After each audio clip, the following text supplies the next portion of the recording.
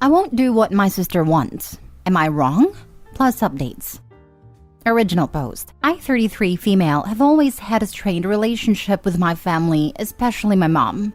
When me and my siblings, 38 female and 35 male, were younger, our standard practice for the weekend was hide anything that could break or be used as a weapon on a Friday night, and put it back on Monday morning before school so no one would notice. If we forgot, my mom and stepdad would come back from the pub and start fighting, and it always went too far. Then we would be left to clean up the mess. So weekends went. Friday, come home from school, mom and stepdad go pub, we hide things. Saturday would be as quiet as possible, so we didn't wake them up. They would go out Saturday night, be hungover Sunday, and we would put everything back before school on Monday. It was extremely toxic. Most nights we would hear physical fighting. If we got out of bed, we would get beat. So it was easier to hide in bed, pretend to be asleep whilst being scared, praying you hadn't made a noise. Some days I would cry and get beat for crying. My brother moved out at 13 and went to my uncle's. My mom wouldn't allow me to go as I was her baby girl. My older sister moved out when she was 17 after meeting a boy she fell in love with. That just left me dealing with everything. When I was 16, I was told to get a job and had to give over 3/4 of my wages to my mom, who had never worked a day in her life. When I was 18, I questioned her as to why I had to pay so much, and that resulted in me getting kicked out. Having nowhere to go, I had to live on the streets. My sister lived in Blackpool and my brother didn't speak to me. I never found out why.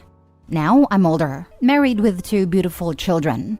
I often look at them and wonder how anyone could treat their children the way I was treated. I live in Scotland now, far away from my mom. My sister, however, has become close with my mom. After my stepdad died, my mom reached out to all 3 of us and wants to build bridges. She won't admit what she did wrong though. She won't admit to the beatings, the moving house every time social services got involved, the sometimes letting questionable men look after us, and having horrible things happen to me and my sister. She says our childhood wasn't that bad and that I'm being dramatic. I have PTSD from everything she's put me through, and I just want her to be held accountable. But I feel like I'm never going to get that apology I want. I know it won't change what happened. I just want to hear I'm sorry. She wants to meet my children, which I really don't want to happen. My sis is pushing for this to happen, and I'm unsure why. I don't understand the hold my mom has on my sister. We often talk about our childhood, as I thought that maybe I was being dramatic as I was young. But no, she remembers my mom beating us. She remembers my mom letting people violate us and telling us it's just part of being a woman. I don't understand why my sister wants this woman in her life. I don't understand why she wants this woman near my children. It makes me feel angry and sick. I don't get it, but no, I won't get the answers I want. So would I be the a-hole if I just ignored my sister's requests and didn't let my mom in my life again? Now for the top comments before reading the update. Not the a-hole. I grew up in an abusive household, turned 18 in a foster care system. Years later, when I was pregnant, my mom wanted to reconnect. She wouldn't admit to any wrongdoing either, even though CPS took us away as a direct result of her actions. And I still wondered if it wouldn't be the right thing to do. Then I had my daughter, and I realized unequivocally that I was making the right choice to stay no contact. Because I would have walked through hellfire to protect my kid from the things my parents deliberately did to me. Drove it home just how messed up they really were. Protect your babies and protect yourself. I was about my daughter's age when my mom dragged me through the house, dragging me by my hair. And when I look at my daughter, I just don't understand how anyone could do something like that to a kid. OP, protect your kids and yourself, and hold firm to the no contact with your mom. My father's second wife did that to me, as well as ripped a chunk from my scalp. And she's the main reason why I continued to keep my hair short nearly 30 years later. Not a-hole, your mom gave you a truly appalling childhood. You have no obligation to rebuild any relationship with her, especially when she can't even acknowledge, let alone apologize, for what she put you through. Your sister remembers all the abuse you remember, yet she's happy to spend time with your mother and even wants to push you to do the same? I can't even begin to imagine what's going on in her mind. You're absolutely not wrong to say hell no and protect not only your children but also yourself. In order to spend time with your mother, you would surely need to submerge all the valid feelings you have about your childhood. That doesn't sound healthy to me. Wishing you best. Love bombing? My sister tried one too many times to get me to call our bio mom, and I finally had enough and told her if she continued to harass me about our bio mom, and reminded her if I felt harassed and asked her to stop before then it is harassment, that she could join her in no contact land permanently. My sister knocked it off, and fast forward 7 years still has not brought it up, and loves being an auntie to my kid, dog and cat. She's very easy to persuade, one way or the other when she wants to make people happy, especially people loving on her. But she also has a brain, and knows I am very cold-hearted towards people who wrong me. Even at my advanced age and after many years of therapy, I still struggle with the emotional scarring and flashbacks caused by a very bad childhood. Because the complex PTSD remains so present in my life, I made a conscious decision to expunge the spawners a long time ago. One of my brothers, when the male spawner was dying, decided to take it upon himself, undoubtedly with the encouragement of his meddlesome cow of a wife who'd already had a go at me to effect rapprochement. Because, family. I warned him off in very strong terms, but he persisted, so is now gone too. The thing is that we don't have to explain what we decide to do to protect ourselves. And we certainly don't have to put up with interference from people who don't live in our heads. Edit. So I've just seen my post on TikTok, and that was weird to be honest. So I thought I'd answer some questions I read there. 1. My sister has no children and moved back to Leeds a few years ago.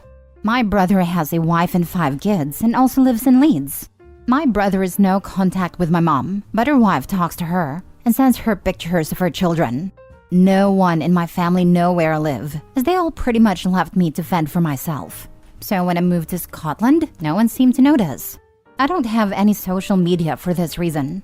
I also don't have many friends because I'm very cautious about who I have in my life. I do see a counselor and have done for the past 10 years, so I'm honestly doing okay. Anytime I want to see my siblings, I always drive down to Leeds. My biological dad lives abroad. He left when my mom broke his ribs when I was 2. He just left us and has 2 other children with a second wife.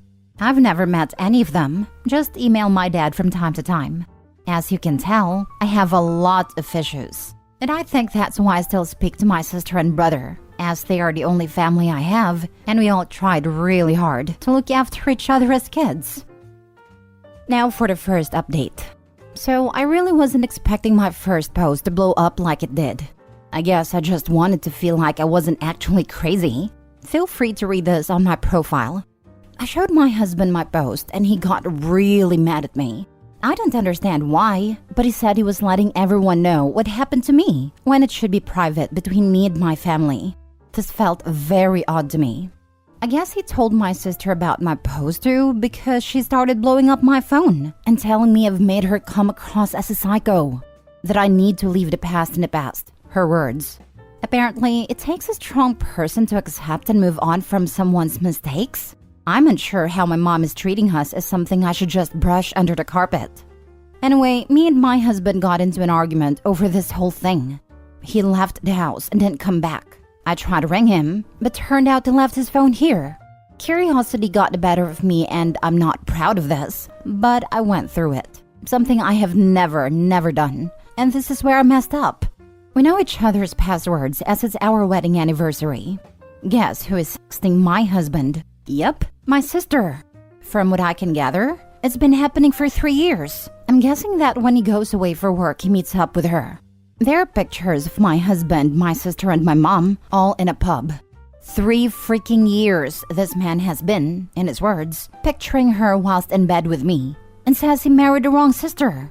He says that she's a wonderful woman for getting over our past when I have to make a big deal out of it. He comments on how my body is disgusting after having children. That I'm fat now, apparently with more stripes than a zebra. Yes, I have stretch marks, but I don't think I'm fat. I'm a size 12 and 5'9". I work out. I try to get over everything, but now I just feel broken. I don't know when he will come back. I don't know what to say when he comes back. I am, however, grateful for my post because now I know that the happiness I thought I had was one giant lie. Damn, sorry, just had to get this off my chest. Me and my kids are gonna be okay. Unsure in what to do. I'm broken. Completely broken. You know what to do. If the house is in your name, put his things outside. I wouldn't even bother trying to get him to be reasonable. You need to get your divorce papers in order, as well as child arrangements whilst he is out right now. Get your passports and all important documents somewhere safe. Make a copy of all evidence of his cheating, because you will need that for the divorce whilst you can. I hope you've done this already. You also need to let your lawyer know that you do not want your children around your mother and sister, and the reason why. Your sister was also a victim, but as an adult, she is choosing to be around a woman who enabled pedos and let her children be violated. Like everyone else has told you in the previous post, protect your children and protect yourself. Get your things together and get out of his life. Him and your sister can be very happy together. You would be an a-hole if you let those women around your children and if you don't divorce him. He is putting your children in danger. Also, petition CPS if they were involved in your childhood for any records on your case so you can show the documented history of your mother's abuse. Don't know if it's possible, but it never hurts to ask. You will need to contact CPS in each place you lived in. I'm not sure how it is for your country, but in the US, each county keeps their own records and files. They don't share information, which is why people are able to outrun social services. If one county catches on, they move on to another county. Take screenshots of everything to do with your sister. Send them to yourself and something like Google Drive. It would be good to have the files backed up somewhere else too. Change your passwords immediately. Do you have shared bank accounts? Transfer the money to a new account at a different bank. Get a lawyer as soon as possible. It might be better to pretend like you don't know about the affair for right now. You need time to get everything in order. Do you own or rent? Whose name is on the mortgage/lease? Not the a-hole. Your own mother is aware your husband is cheating with your sister. I'd be going scorched earth after I got my ducks in a row, Soapy. Totally agree as Trim says. Get your ducks in a row, then go nuclear. I know it's easy for me to say, but I would get sorted with your kiddos and just leave. After some careful home redecoration, like fish in the vents or inside a sofa. Whatever you do, if it gets your own back or behave like a lady, just remember, you did nothing wrong at all. This is all your family, using the term loosely. Take your babies, find yourself, and find a new tribe. You are an amazing person, and you will move on from this, and you will have an amazing life with your babies. Lots of love to you. Keep your chin up, darling. Also, stay away from family. They obviously are not going to protect you. They are protecting him and your sister. You should go no contact with them. Keep his phone. Second update. Can I just say thank you all so much? I haven't cried this much in a very long time, but your comments and messages really have helped. Not sure if you know how much. So after my depressing update, I went to work.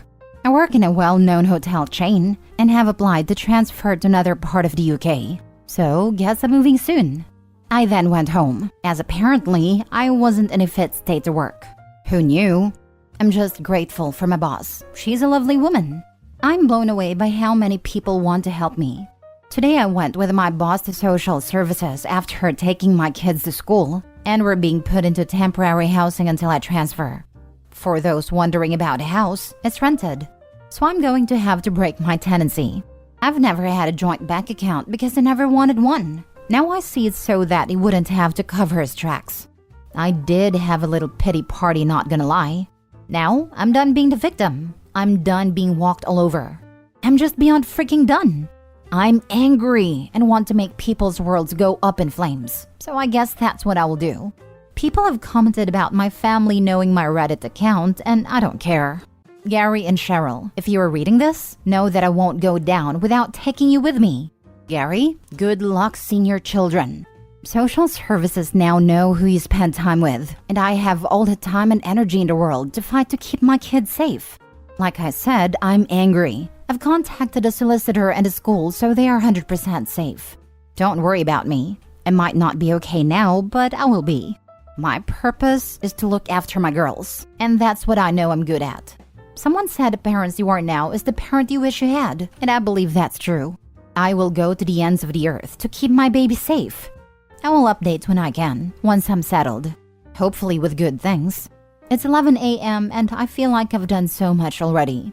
I also should note that Cheryl works in a hospital, who may or may not have had a number of phone calls, telling them exactly what drugs to test Cheryl for. Also, the benefits people have had phone calls about my egg donor being too sick to work, but can go drinking, play tennis, and take drugs. As for Gary, all his friends, family, and work have all had copies of who they spend time with. Not so good for a police officer, I'd say. Anyway, gotta get all my crap out of the house now. Wish me luck. I would consult with a lawyer before anything else, just to make sure that none of the actions you take are illegal, will make you look bad in court, or could help your soon-to-be ex to get custody. Yes, burning everything to the ground would be satisfying, but not if it comes with a bill of losing custody, because your soon-to-be ex/sister will make you look vindictive and unhinged, and will claim that your assault and abuse allegations were just revenge for the cheating. That's what a solicitor is. Yeah, but I doubt she told him everything she's done, or is going to do about vengeance, or he would probably have advised against it. Just read your posts, and you go, girl. Take this anger and use it to motivate you to build a beautiful new life with your kids. Also, as for the whole BS of being the bigger or better person by forgiving someone for their mistakes, that's never up to anyone but the person who was the victim of the situation. Ever. That's always up to the person who was wronged, how long they hold on to things, or if they can ever forgive. No one gets to set a timeline ever. Anger isn't bad. What matters is what we do with it. A lot of wrongs get righted in life when gentle people get good and mad. I agree. I don't understand why people are always so quick to go, no, don't get angry. It is like, why? Not all anger is negative, and not all anger is explosive. Some of it can be really cathartic, and we're all going to feel it at some point in our lives. Several points. Feeling like we have to keep it in and aren't allowed to express it is when it gets into dangerous territory.